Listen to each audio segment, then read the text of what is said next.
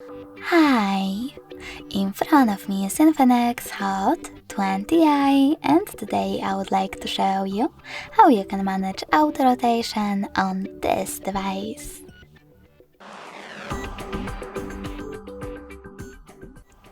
Firstly, just access Tab menu and look for Auto Rotate shortcut.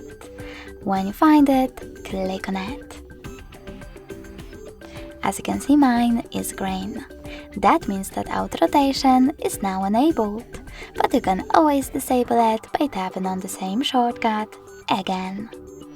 If you wish to, you can always go into settings and tap on display and brightness instead. Now scroll all the way down and click on this switcher next to auto rotate screen to turn it on or off. Thanks so much for watching. If you enjoyed this video, leave a like, comment and subscribe.